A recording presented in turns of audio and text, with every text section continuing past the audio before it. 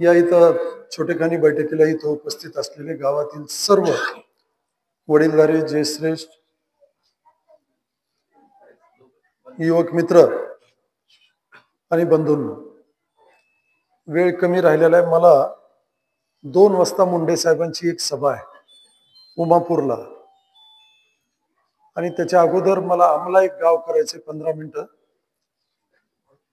चहा पिण्याच्या अटीवर त्यांनी बोलवलेले, आणि म्हणून वेळ मला कमी आहे, मला लवकर जाणं आहे. मी अतिशय संक्षिप्त मध्ये तुमच्या समोर मी बोलणार आहे. गेवराई विधानसभेच्या निवडणुकीच्या प्रचाराच्या निमित्तानं आपण इथे एकत्रित झालेलो आहे. महायुतीचा उमेदवार विजयसिंह शिवाजीराव पंडित याचं चिन्ह आहे घड्याळ, आणि यावेळेस ईव्हीएम मशीन 2 आहेत. मशीनची संख्या 2 आहे. पहिल्या मशीनवर 3रं बटन दाबण्याच्या संदर्भातलं काही वडीलधाऱ्या मंडळीला, माता भगिनी, काही जुन्या महिला ज्या काय आहेत त्यांना ते लक्षात येणार नाही कुठं बटन दाबायचंय काय नाही.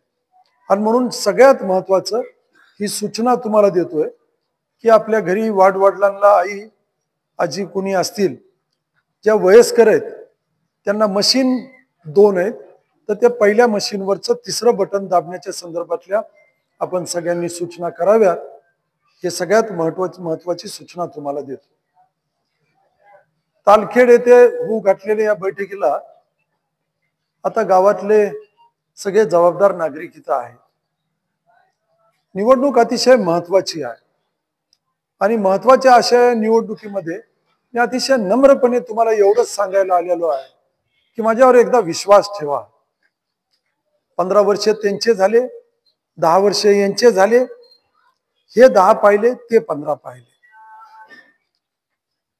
10 वाल्यांचा कार्यकाळ कसा गेला काही नाही हिथलचं मला माहित नाही, पण जुन्या गेवराई तालुक्यातले 193 गावं असे आहेत की तिथं ते फक्त आपलं 9 वर्ष झाले एकदाही गेलेले नाहीत. तिथं जुन्या गेवराई तालुक्यातले 193 गाव, मला खात्री आहे त्यांच्या कर्तृत्वावर.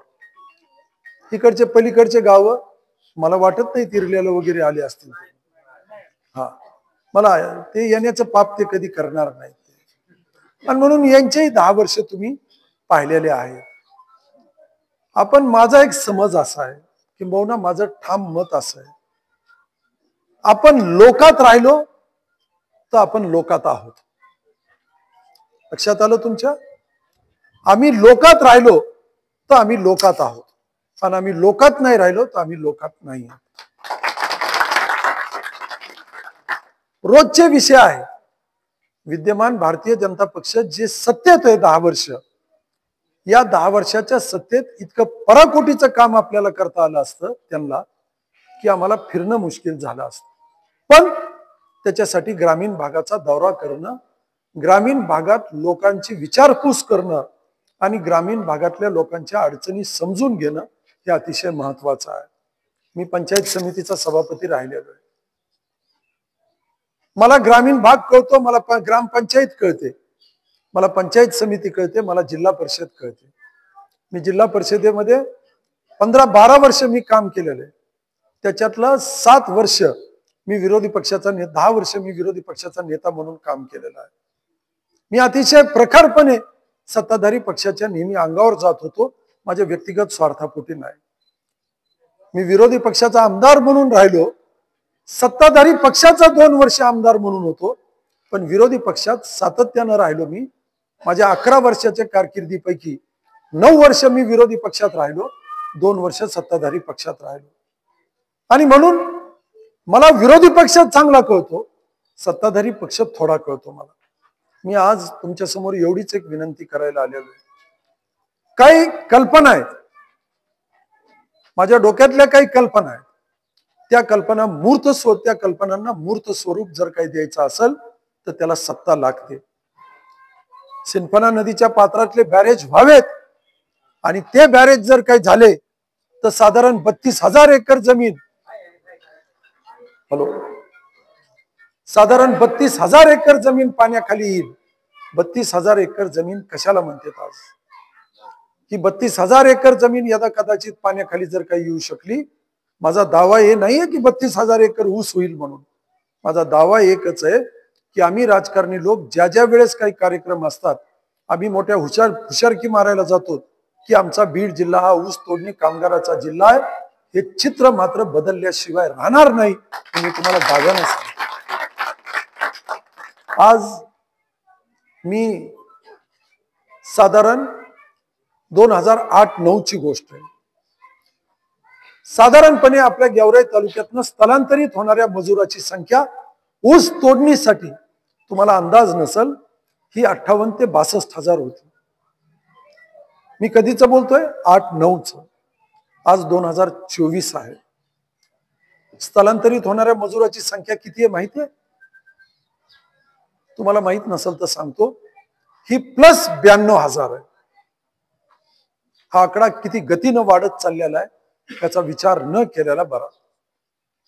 12-13 वर्षात आपण 92,000 होतोय. साधारण दुपटीच्या जवळ आहेत आपण. आणि अशा पद्धतीनं जर का हा आकडा वाढत चालला तर पुढं या भागातल्या शेतीचं वाळवंट झाल्याशिवाय राहणार नाही. त्याला एक संधी दिली पाहिजे. जुने लोक काम करत होते, तुम्ही लोक जे काही शेती करत होते तुमच्यापेक्षा चांगल्या पद्धतीनं अधिक चांगली उत्पादकता तुमचे पोरं करायला लागलेले. त्यांना इंटरनेट कळायला लागलं, शेजारच्या गावात काय चाललंय कळायला लागलं. पाहुणे रावळे तिकडे पश्चिम महाराष्ट्रात आहेत, उत्तर महाराष्ट्रात आहेत, दक्षिण महाराष्ट्रात आहेत, मध्य महाराष्ट्रात आहेत, शेजारच्या जिल्ह्यात आहेत. चर्चा करू लागले एकमेकाबरोबर. तुमच्याकडे काय होतं? कापूस होतं, तूर होती, सोयाबीन होतं, ऊस होता, काय उतारा निघाला? पोरं चर्चा करायला लागली आज.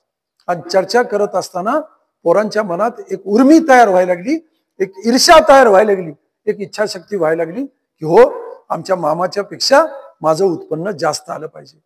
आमचा तिकडं मावस भाऊ आहे, त्याच्याकडे तूर इतके पोते निघाली, सोयाबीन हे इतकं झालं, तिकडं 8-9 पोते निघालं, क्विंटल निघालं. आज आमच्याकडे 2 क्विंटल निघालं. काय कारण आहे? चुकलंय. भावानं तिकडून सांगितलं की जमिनीतली ओल 9 इंच खाली गेल्याशिवाय आपण सोयाबीनची लागवड केली नाही पाहिजे, सोयाबीन टाकलं नाही पाहिजे, हे त्यांनी सांगितलं. कारण जास्त जर काही गरमी असली तर फुटवा कमी होतो हे आपल्याला कुणी सांगून नाही कळलं. पाहुण्याने सांगितलं. मला 12 क्विंटल येण्याचं कारण एक आहे की जमीन भिजून मी सोयाबीन लावलं. ही चर्चा होऊ लागली.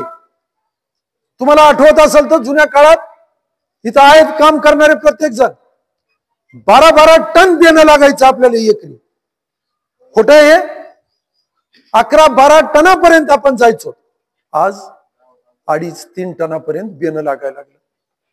शेती करण्याच्या पद्धती सुधारायला लागल्या, काम करण्याच्या पद्धती सुधारायला लागल्या. कुणी परदेशातनं लोक नाही आले, हे तुमचेच पोरं काम करू लागले, ते अधिक प्रभावी पद्धतीनं काम करू लागले. गेल्या वर्षी मी माझं सांगतो, इकडचं नाही, गेल्या वर्षी जय भवानी कारखान्याची सरासरी ही 52 टन हेक्टरी आहे. हेक्टरी 52 टन म्हणजे एकरी किती झालं? 20-25. काय परतूड कर, पोराच्या दवाखान्यात बसले की असं होतं बघा. शेतात इथं थांबा, तिथं बसून हिशोब करू नका. एकरी 20. आता एकरी 20 टन जर काय तुम्ही करायला लागलात तर शेती परवडते का? नाही परवडत. आणि म्हणून या सगळ्या गोष्टीला यदा कदाचित शेतकऱ्याच्या जीवनमान जर काही उंचवायचं असेल, साधन आणि सुविधा त्याला दिली पाहिजे. पाणी दिलं पाहिजे. तुझा विषय नंतर, तुझी गरज आहे मला, पण तुझा विषय नंतर. तुझ्या संघटनेमुळं बदामराव पंडित बाळ 15 वर्ष आमदार होते.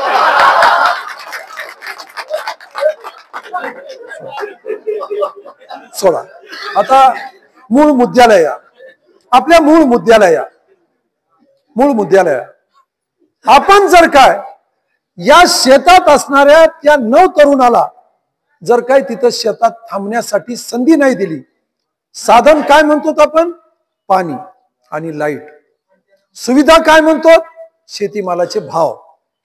साधन आणि सुविधा जर काय ते शेतात काम करणारे या पोरांना जर दिलं नाही तर हे पोरं परत धाब्यावर जातील आणि एकदा का धाब्यावर गेले की घरी जाणार नाहीत. मध्ये मी तुम्हाला आज इथं विश्वास देण्यासाठी आलेलो आहे. इथं नाही, बहुतेक हे वायर खराब आहे, मी धरतो आता. मी तुम्हाला इथं विश्वास देण्यासाठी आलेलो आहे की या भागातले दळणवळणाचे साधनं इतके बळकट कराल की त्या भागातला व्यवहार वाढल्याशिवाय राहणार नाही. विजयला तुम्ही विधानसभेमध्ये काम करण्याची संधी द्या, 2 वर्ष द्या. 2 वर्षात या भागातले दळणवळणाचे साधनं इतके मजबूत करूयात की व्यवहार आणि व्यापार त्या भागात सुद्धा वाढल्याशिवाय राहणार नाही. प्रास्ताविक ज्यांनी केलं त्यांनी हरकत घेतली की या भागात रस्त्याची जी काही दळणवळणाची अतिशय कमकुवत साधनं आहे, तुम्हाला तक्रार करायची वेळ येणार नाही. 2 ते 2.5 वर्षात या भागात अतिशय मजबूत अशा प्रकारचे रस्ते, या भागात दळणवळणाचे अतिशय उत्तम अशा प्रकारचे काम करल, हे अतिशय नम्रपणे मी तुम्हाला इथं सांगायला आलेलो आहे. मला काही इथं राजकारण करायला वेळ नाही. मी रोज उठून बसून तेच धंदा करत नाही. मी हॅलो, याला धरा त्याला सोडा, ह्या माझ्या भानगडी नाही. मी तुम्हाला केवळ पुढच्या रांगेत बसणारी ही नेते मंडळी नाही, तर सगळ्यात मागच्या रांगेत जे काही उभा आहे त्याला मी विश्वास देण्यासाठी आलेलो आहे की भले तुमचं काही काम असं नका, काही काम असू द्या, फक्त 23 तारखेपर्यंत माझी अडचण आहे. मला फोन उचलता येत नाही. मी कुणाला तरी बोलतो, दुसऱ्या फोनवर एकाचा येऊन जातो, तिसरा येऊन जातो, लोक अंगावर येतील आता 23 तारखेपर्यंत. पण 23 तारखेच्या नंतर मात्र ही परिस्थिती राहणार नाही. मला एक मेसेज करत चला.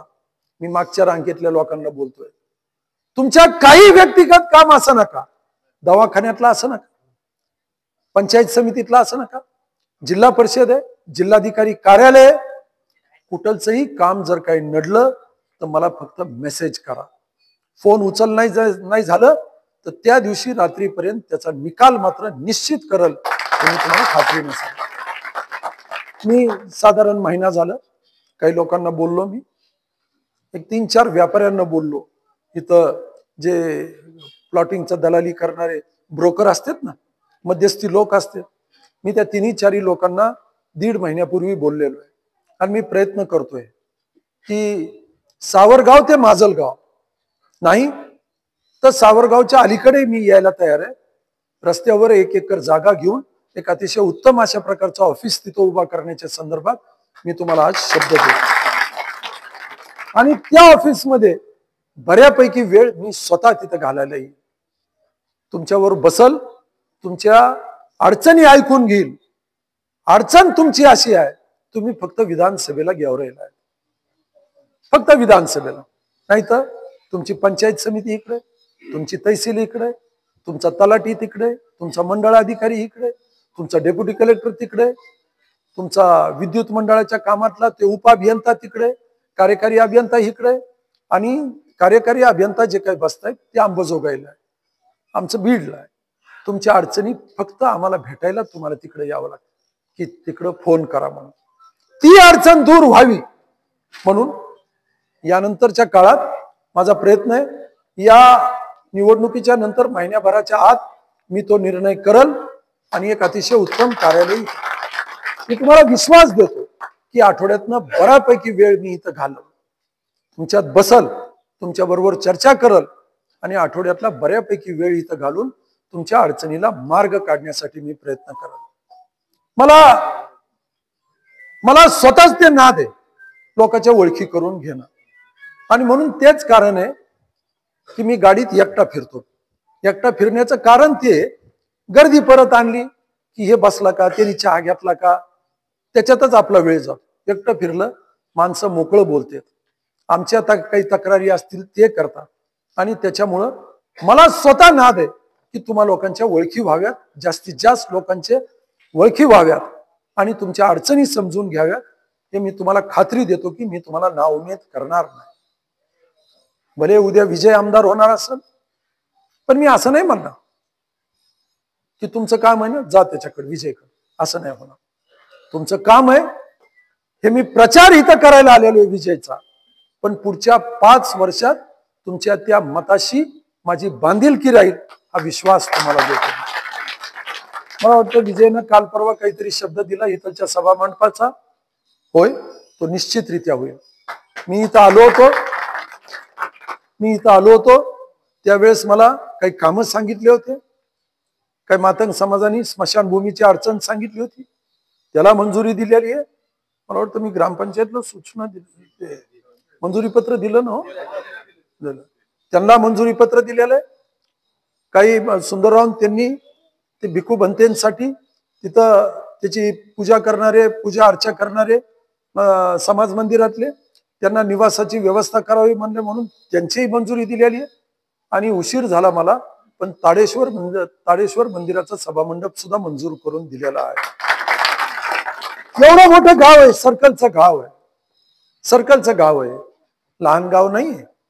मी खात्रीने सांगतो याची लोकसंख्या की 12-13 हजारापेक्षा अधिक असेल, बरोबर ना? एवढी एकच जास्त आहे? 12-13 हजार तर नक्कीच आहे या सर्कलचं गाव. तुम्हाला हे सर्कलचं जे काही गाव आहे, तुम्ही सत्ता विजयला द्या. या सर्कलचे जे काही गाव आहे आणि सर्कलचे जे काही गावं आहेत, मी काल टाकरवनलाही तेच बोललो, या गावांना माझा प्रयत्न राहील की पहिल्या 1 वर्षात किमान 50 लाख रुपयाचा निधी या गावांना सिमेंटचे रस्ते, प्रत्येक मेन रोड नंतर करल. हे जे काय बाजूचे जे काय आहेत लहान लहान रस्ते जिथं या माय मावल्यांना चालता येत नाही, ते रस्ते मी 1 वर्षाच्या आत करण्याचा तुम्हाला शब्द देतो. आज तुम्हाला तुमचं मतदान केल्याचा पश्चाताप होणार नाही, विजयला नाही होणार. तुम्हाला अभिमान वाटेल की योग्य उमेदवार तुम्ही निवडून दिलेला आहे. माझ्याकडे अशी परिस्थिती नाहीये की निवडणूक संपल्यावर मी माझ्या कामाला, असं नाही होत. निवडणूक संपल्यावर मी माझ्या कामाला असं होत नाही. बाप राजकारण करायला लागले, पोरग वाळू उकरायला लागलेले, असं नाही होणार.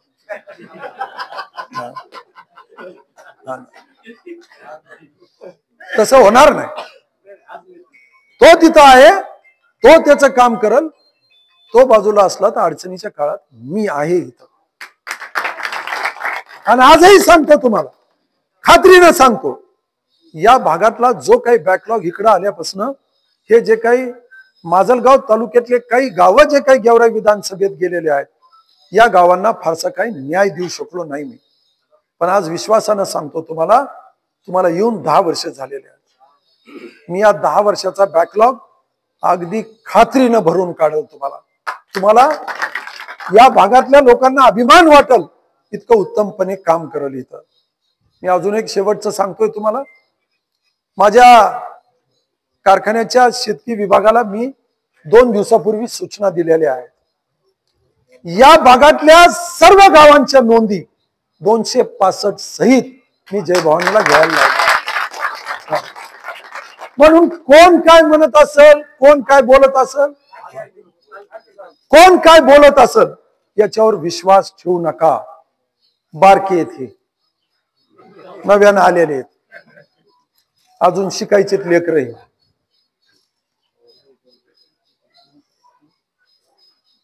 हे शिकायचेत, अजूनही नव्यानं आलेले आहेत. धुराड पेटायचं कौतुक आता पाहायला लागलेले करू नका. लय मोठी खेटाखेटी केलेली आहे, तुम्ही बारकी पोरं येत उगा नादाला लागू नका विनाकारण. आम्हाला काही घेणं देणं नाही. परमेश्वर तुमचं चांगलंच करो. आम्ही कधीच अशी चुकीचंही करणार नाही. परमेश्वर तुमचं भलं करो. बिनकामाच्या कुस्तीला कशाला लागायला लागलं तुम्ही तुमचं पहा, काय करायचंय काय नाही. परमेश्वर तुम्हाला लखला. आणि म्हणून अशा बावटपणाच्या गोष्टीला बळी नका जाऊ तुम्ही. मी ऊस नाही नेणार, हे नाही करणार करून जमाना झालंय, बंद केलेलं आहे. हे कधीच केलं नाही पाहिजे. शेतकऱ्याच्या कोणत्याही शेती कामाशी संबंधित असणाऱ्या गोष्टीच्या वाट नाही गेलं पाहिजे. तुमच्याकडं भानगडी कमी आहेत. आमच्याकडे MREGS चे इतके कामं चालू आहेत की साधारणपणे म्हणजे 2 महिन्यापूर्वीची गोष्ट आहे, 8300 विहिरींचे कामं चालू आहेत. त्याच्यातले असे गृहीत धरा 10% बाउंडे असतील, इकडचं तिकडचं दाखवून भानगडी करत असतील. पण अतिशय उत्तमपणे कामं चालू आहेत. विहिरी चांगल्या झाल्याचे दिसत आहेत, गायगोठे चांगले झाल्याचे दिसते. या भानगडीत आम्ही कधी राजकारण केलं नाही. हे कोणत्या गटाचा ते कोणत्या गटाचा या भानगडी कधी केलेल्या नाही. मला तेच तुम्हाला सांगायचंय की उसाबिसाच्या भानगडीत काही मनात शंका घेऊ नका. तुम्हाला कोणतीही अडचण राहणार नाही हा शब्द तुम्हाला देतोय. आणि राहिला प्रश्न, हा जो काही समतोल आहे विकासाचा, हा या 5 वर्षात निश्चित पुढच्या 5 वर्षात ज्या वेळेस हितच आपण बैठकीला येऊ, तुम्ही म्हणलं पाहिजे तुम्ही बोललं ते केलेलं आहे.